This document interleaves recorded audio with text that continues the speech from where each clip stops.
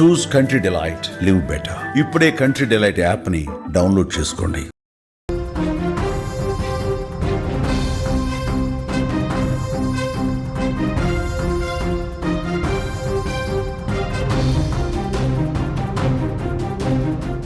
Big breaking news అందుతుంది. హిమాచల్ ప్రదేశ్లో జల ప్రళయం, భారీ వరదలకు హిమాచల్ ప్రదేశ్ మొత్తం అతలాకుతలమైపోతుంది. విరిగి పడుతున్న ఈ కొండ చర్యలు, వందలాది రోడ్లు కూడా ఆ వరదలకు కొట్టుకుపోయిన పరిస్థితుంది. విద్యుత్తు సరఫరా చాలా ప్రాంతాల్లో నిలిచిపోయింది. వరదల కారణంగా 10 మంది ఇప్పటి వరకు చనిపోయారు. 34 మంది గల్లంతయ్యారు. వాళ్ళ ఆచూకీ ఇంకా లభించలేదు. భారీ వరదలకు 24 ఇళ్లు దెబ్బతిన్నాయి. 12 పశువుల పాకలు కూడా పూర్తిగా దెబ్బతిన్న పరిస్థితుంది. సరైన గూడు లేక మూగ జీవాలు బిక్కుమంటూ కాలం గడుపుతున్నటువంటి పరిస్థితుంది. హిమాచల్ ప్రదేశ్ను భారీ వర్షాలు, ఆకస్మిక వరదలు ఏ విధంగా ముంచెత్తాయో స్క్రీన్ మీద విజువల్స్ చూస్తుంటే మీకు అర్థమవుతోంది. కుండపోత వర్షాల కారణంగా వరదలు సంభవించాయి. కొండ చర్యలు విరిగిపడిన ఘటనల్లో 10 మంది చనిపోయారు, 34 మంది గల్లంతయ్యారు. ముఖ్యంగా మండి జిల్లాలో అత్యంత దయనీయమైనటువంటి పరిస్థితులు ఏర్పడ్డాయి. రాష్ట్ర వ్యాప్తంగా సహాయక చర్యలు ముమ్మరంగా కొనసాగుతున్నటువంటి పరిస్థితి. 32 గంటల్లో సుమారు 332 మందిని సురక్షిత ప్రాంతాలకు తరలించారు. అక్కడ విజువల్స్లో మీరు చూస్తూ ఉన్నారు. పూర్తిగా అక్కడ బ్రిడ్జిలు కూడా, వంతెనలు కూడా కొట్టుకుపోతున్నాయి. ఆ వరద ప్రవాహం ఒక్కసారి మనం చూస్తున్నాం. కొండ ప్రాంతాల నుంచి పెద్ద ఎత్తున ఎగువ నుంచి వస్తున్నటువంటి వరద ఒకవైపు పెద్ద పెద్ద కొండరాళ్లను, బండరాళ్లను కిందకు తోసేస్తోంది. మరోవైపు వేగంగా ఆ వరద అనేది చొచ్చుకొని వస్తుంది. అక్కడ ఉన్నటువంటి నదులు కూడా ఉప్పొంగి ప్రవహిస్తున్నాయి. ఈ జల ప్రళయానికి వందలాది రహదారులు కొట్టుకుపోయాయి. విద్యుత్ సరఫరా చాలా ప్రాంతాల్లో పూర్తిగా నిలిచిపోయి అంధకారంలో ఉన్నటువంటి పరిస్థితి. ఒక మండి జిల్లాలోనే 316 మందిని కాపాడారు. హమీర్పూర్లో 51 మంది, చంబాలో 3 సురక్షిత ప్రాంతాలకు తరలించారు. రాష్ట్ర విపత్తు నిర్వహణ కేంద్రం ప్రకారం ఈ విపత్తులో 24 ఇళ్లు పూర్తిగా ధ్వంసమైపోయాయి. 12 పశువుల పాకలు, ఒక వంతెన కూడా పూర్తిగా దెబ్బతిన్న పరిస్థితి. విజువల్స్లో మీరు చాలా స్పష్టంగా చూడొచ్చు. పెద్ద ఎత్తున అక్కడ వరదలు సంభవించడంతో అక్కడ కార్లు కూడా ఒక పక్కకు కొట్టుకుపోతున్నటువంటి పిలుస్తుంది. మొన్న వచ్చినటువంటి వరదలకి అక్కడ కార్లు ఏ రకంగా కొట్టుకుపోతున్నాయో వరదలు, అంటే ఇంకా కొద్దిసేపట్లో ఆ కార్లను కూడా వరద ప్రవాహానికి కొట్టుకుపోతాయి. వరదలకు మూగజీవాలు కూడా బిక్కుమంటూ కాలం గడుపుతున్న పరిస్థితిని చూసారా? చాలా స్పష్టంగా ఒకవైపు విపరీతంగా వరద ప్రవాహం కొనసాగుతుంది. ఒక పక్కకు వచ్చి ఆ పశువుల పాక పూర్తిగా ధ్వంసమైపోయింది. ఆ పాకలోనే ఒక దగ్గర తలదాచుకున్న పరిస్థితి. వాహనాలు కూడా, వాళ్ళు పెట్టినటువంటి ట్రాక్టర్లు కావచ్చు, ఆటోలు కావచ్చు, ఇతర ట్రాలీలు కావచ్చు, పూర్తిగా జల దిగ్బంధంలో కొట్టుకుపోయి, జల దిగ్బంధంలో చిక్కుకొని ఆ వరద ప్రవాహానికి కొంత దూరం మేర కొట్టుకొచ్చినటువంటి పరిస్థితి కూడా చాలా స్పష్టంగా చూడొచ్చు. వర్షం ఆగిపోయిన తర్వాత ఒక్కసారి మనం పరిస్థితి చూస్తే కొట్టుకుపోయినటువంటి ఆ మట్టి రాళ్ళు, ఆ కొండ కోణాల నుంచి వచ్చినటువంటి రాళ్ళు పూర్తిగా ఏ విధంగా చల్లాచెదురుగా ఒక బురదమైపోయినటువంటి పరిస్థితి. అక్కడ నడకదారి కూడా పూర్తిగా నడవడానికి వీలు లేకుండా రోడ్లు ఉన్నాయంటే పరిస్థితి ఎంత దారుణంగా ఉందో. ఈ వరదలు ఎలాంటి అక్కడ విషాదాన్ని మిగిల్చాయో కూడా చాలా స్పష్టంగా చూడొచ్చు. ఇప్పటివరకు కొండరాళ్ళు విరిగిపడి, ఎందుకంటే హిమాచల్ ప్రదేశ్ అనేది పర్వత ప్రాంతం, కొండ ప్రాంతం, దాని కింద కొండకి కింద భాగాన నివసిస్తూ ఉంటారు.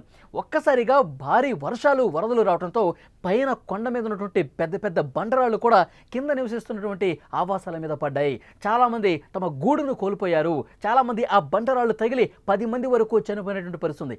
34 మంది ఈ వరదల్లో కొట్టుకుపోయారు, గల్లంతైపోయారు. వాళ్ళకి సంబంధించిన సమాచారం ఇంకా రాలేదు. అంటే అక్కడ స్థానికంగా ఎలాంటి పరిస్థితుందో మనం చూస్తున్నాం. ఇంకా ఎన్డీఆర్ఎఫ్ సిబ్బంది, ఎస్డీఆర్ఎఫ్ సిబ్బంది, ఇతర దళాలన్నీ కూడా అక్కడ సురక్షితంగా ప్రజల్ని కాపాడే ప్రయత్నం చేస్తూ ఉన్నారు. పునరావాస కేంద్రాలకు తరలిస్తూ ఉన్నారు. విజువల్స్లో చాలా స్పష్టంగా చూడొచ్చు. ఒక కుక్కని ఏ విధంగా రెస్క్యూ చేసి కాపాడుతున్నారో కూడా స్క్రీన్ మీద మీరు చూస్తూ ఉన్నారు. ఒక బాగా వరద వచ్చేస్తూ ఉంది, అటుపక్కకు ఉంది కుక్క. ఇక తాడు సాయంతో, జిప్ లైన్ సాయంతో ఇటువైపు నుంచి అటువైపుకు ఒక తాడు కట్టి జిప్ లైన్ మాదిరిగా ఆ కుక్కను ఏ విధంగా ఒడ్డుకు చేరుస్తున్నారో చాలా స్పష్టంగా చూస్తున్నాం. ఇక్కడ మనుషులే కాదు, మూగజీవాలు అవి ఏవైనా సరే వాటన్నిటిని కూడా ప్రాణాలతో రక్షించాలి అని ఎన్డీఆర్ఎఫ్ బృందాలు ఏ విధంగా ప్రయత్నం చేస్తున్నాయో ఆ ప్రయత్నానికి ఒక హ్యాట్స్ ఆఫ్ చెప్పుకోవాల్సింది. ఎందుకంటే ఏ ఒక్క జీవి కూడా మరణించకూడదు. వరదల్లో కొట్టుకుపోతుంది కుక్కే కదా, నకే కదా, లేదంటే మూగజీవమే కదా అని చెప్పి వదిలేట్లా. ప్రాణం ముఖ్యం. అది మనిషి అయినా సరే, మూగజీవి అయినా సరే, ప్రాణాలతో ఉంటే, వరదలో చిక్కుకుంటే కాపాడాల్సిందే అని చెప్పి ఒక నియమం పెట్టుకుని బృందాలు వాళ్ళకి శక్తికి మించి కూడా ప్రయత్నం చేస్తూ ఉన్నారు. ఉపాయం జోడించి ఆ చెట్టు నుంచి ఈ చెట్టుకు, ఆ ఒడ్డు నుంచి ఈ ఒడ్డుకి ఒక విపరీతమైనటువంటి మధ్యలో వరద పోటెత్తుతోంది. విపరీతంగా వరద వస్తుంది. మనుషులు కాలు పెడితే కొట్టుకుపోతారు. అంతటి భారీ వరద వస్తుంది. కాబట్టి అటువైపు నుంచి ఇటువైపు తాడు కట్టి జిప్లైన్ మాదిరిగా కుక్కను కూడా రక్షిస్తున్నటువంటి పరిస్థితి చాలా స్పష్టంగా విజువల్స్లో మీరు చూస్తూ ఉన్నారు. మొత్తం 406 రహదారులు మూతపడ్డాయి. వాటిలో చాలా వరకు కూడా 248 రోడ్లు మండి జిల్లాలోనే ఉన్నటువంటి పరిస్థితి. భారీ వరదల్లో 30 పశువులు కూడా మృత్యువాత పడ్డాయి. స్క్రీన్ మీద చాలా స్పష్టంగా విజువల్స్ మనం చూస్తున్నాం. వరద ప్రవాహం ఏ స్థాయిలో ఉందో. గత కొన్ని రోజులుగా భారీ వర్షాలు హిమాచల్ని ముంచెత్తుతున్నటువంటి పరిస్థితి. అక్కడ గుళ్ళు కావచ్చు, బళ్ళు కావచ్చు, అన్నీ కూడా పూర్తిగా జల దిగ్బంధంలో చిక్కున్నాయి. జల ప్రళయానికి సంబంధించిన దృశ్యం మీరు చాలా స్పష్టంగా స్క్రీన్ మీద చూస్తూ ఉన్నారు. పెద్ద ఎత్తున అక్కడ చిన్న చిన్న మందిరాలు కావచ్చు, పర్యాటక ప్రదేశాలు కావచ్చు, అన్నీ కూడా అక్కడ నదులు ఉప్పొంగి ప్రవహిస్తున్నాయి. దానికి తోడే ఎగువ కూస్తున్నటువంటి కొండ ప్రాంతంలో కురుస్తున్నటువంటి భారీ వర్షాలు కూడా ఈ నదుల ప్రవాహానికి తోడై పెద్ద ఎత్తున వరద ప్రవాహం అక్కడ కనిపిస్తుంది. బ్రిడ్జ్లు కొట్టుకుపోతున్నాయి, వెహికల్స్ కొట్టుకుపోతున్నాయి. అక్కడ స్థానిక ప్రజానీకం సురక్షిత ప్రాంతాలకు తరలిపోతున్నటువంటి పరిస్థితి. ఇక్కడ ఈ వరద ప్రవాహానికి అనుకునే నివాస ప్రాంతాలు కూడా మీరు చాలా స్పష్టంగా రైట్ సైడ్ బాక్స్లో చూస్తూ ఉన్నారు. ఆ నివాస ప్రాంతాలు కూడా ఈ వరద దాటికి ఎప్పుడు కుప్పకూలిపోతాయో తెలియదు. అలాంటి వాటన్నిటిని కూడా గుర్తించారు అధికారులు. అలాంటి వాటిని గుర్తించి వాళ్ళు పునరావాస కేంద్రాలకు తరలిస్తున్నారు. ఎప్పుడైతే వర్షాలు తగ్గుముగ్గుపడతాయో, ఎప్పుడైతే వరద ప్రవాహం తగ్గుతుందో అప్పుడు సేఫ్గా వాళ్ళ ఇళ్లకు చేరవేసే బాధ్యతను ఇక్కడ రెస్క్యూ టీమ్స్ తీసుకున్న పరిస్థితుంది. హిమాచల్ ప్రదేశ్ను ఆకస్మిక వరదలు అతలాకుతలం చేసినటువంటి దృశ్యాలు చాలా స్పష్టంగా చూస్తున్నాం. ఇంటి ఆరు బయట నిలిపి ఉన్నటువంటి వెహికల్స్ కూడా పూర్తిగా తునాతునకలైపోయాయి. ఇల్లు కూడా పూర్తిగా కొట్టుకుపోయిన పరిస్థితుంది. అక్కడ జీవనం మళ్ళీ సాగించాలంటే, అక్కడ పరిస్థితిని మళ్ళీ సర్దుబాటు సెటరేట్ చేయాలంటే చాలా సమయం పట్టే అవకాశం ఉంది. ఆ విధంగా రోడ్లు కావచ్చు, ఇళ్ళు కావచ్చు, పూర్తిగా ధ్వంసమైపోయినాయి. వంతెనలు కూడా. హిమాచల్ ప్రదేశ్ను భారీ వర్షాలు, ఆకస్మిక వరదలు అతలాకుతలం చేసినటువంటి దృశ్యాలు చాలా స్పష్టంగా మీరు స్క్రీన్ మీద చూస్తూ ఉన్నారు. అన్నీ కూడా ఇప్పుడు రెస్క్యూ చేస్తూ ఉన్నారు. పెద్ద క్రేన్ల సాయంతో పాడైపోయినటువంటి రోడ్లు, కొట్టుకుపోయినటువంటి ఇళ్ళు, అక్కడ పేరుకుపోయినటువంటి బురద, కొట్టుకొచ్చినటువంటి రాళ్ళు, చెత్త మొత్తం కూడా అవన్నీ కూడా సెటరేట్ చేస్తూ ఉన్నారు. పునరుద్ధరణ కార్యక్రమాలు చేస్తూ ఉన్నారు, పునర్నిర్మాణ కార్యక్రమాలు చేస్తూ ఉన్నారు. కొట్టుకుపోయినటువంటి వంతెనలు కూడా, పూర్తిగా ధ్వంసమైనటువంటి వంతెనలు కూడా పూర్తిగా ఇప్పుడు మరమ్మతులు చేసే పరిస్థితుంది. కానీ దానికి మళ్ళీ ఆటంకం కనిపిస్తోంది. వర్షాలు మరికొన్ని రోజులు పడే అవకాశం కనిపిస్తుంది. ఈ వరదలకి మళ్ళీ వర్షాలు భారీగా తోడైతే పరిస్థితి మరింత భయానకంగా ఉంటుందని అక్కడ స్థానిక అధికార యంత్రం కూడా అంచనా వేస్తుంది.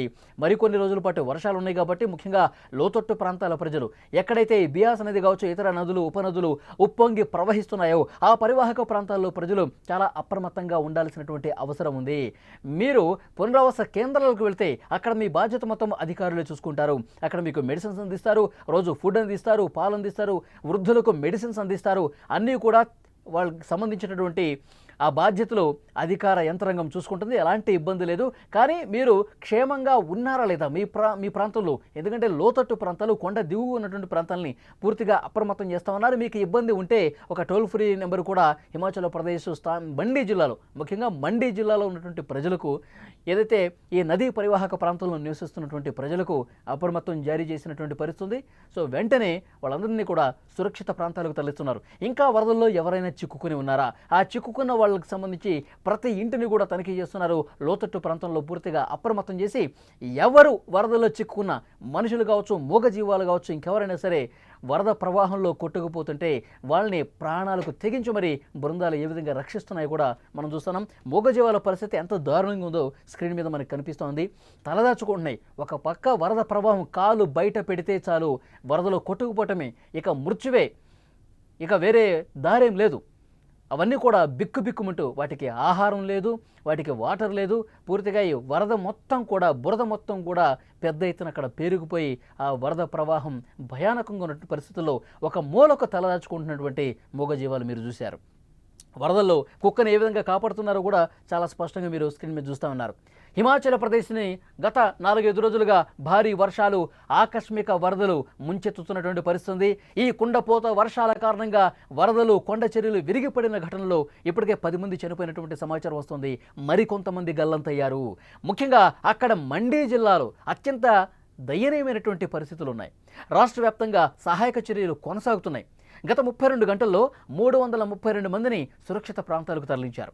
ఈ జలప్రళయానికి వందలాది రహదారులు కొట్టుకుపోయాయి. విద్యుత్ సరఫరా నిలిచిపోయింది. అంధకారంలో చాలా గ్రామాలు ఉన్నాయి. అక్కడ 316 మందిని కాపాడారు. హమీర్పూర్లో 51 మంది, చంబాలో 3 సురక్షిత ప్రాంతాలకు తరలించారు.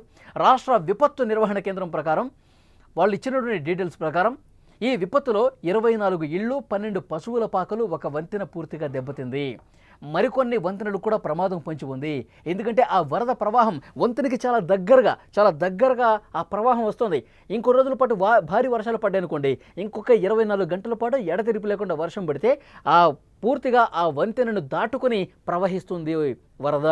అలా ప్రవహించినప్పుడు ఆ వంతెన కొట్టుకుపోయే అవకాశం ఉంది. ఇప్పటికే చాలా రోడ్లు కొట్టుకుపోయాయి. అక్కడ ఉన్నటువంటి ప్రజల్ని పూర్తిగా అప్రమత్తం చేశారు.